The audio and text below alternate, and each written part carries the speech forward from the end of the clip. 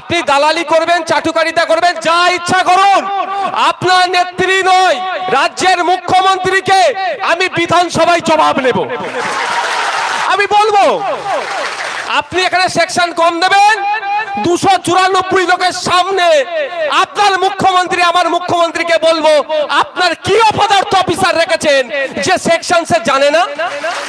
অপমানটা কোথায় করতে হবে, কোথায় বললে এই জাহাঙ্গীর না কি নাম, এই জাহাঙ্গীর বাবুর ঠিক জায়গায় টাইট করবে মমতা ব্যানার্জি, সেটা নওশাদ সিদ্দিকী জানে।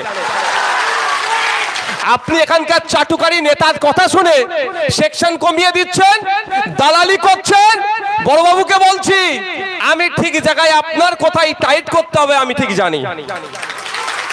সেকশন তো আমরা অ্যাড করাবো কোর্টে গিয়ে, সেকশন তো অ্যাড করাবো। শুধু তাই নয়, মামলা হবে।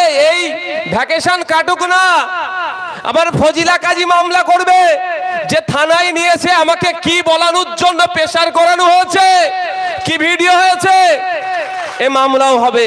ছাড়বো না বেটাকে, ও জাহাঙ্গীর হোক আর জয়ন্ত হোক, আইনের বাইরে যা চলবে তাকে ছেড়ে কথা হবে না।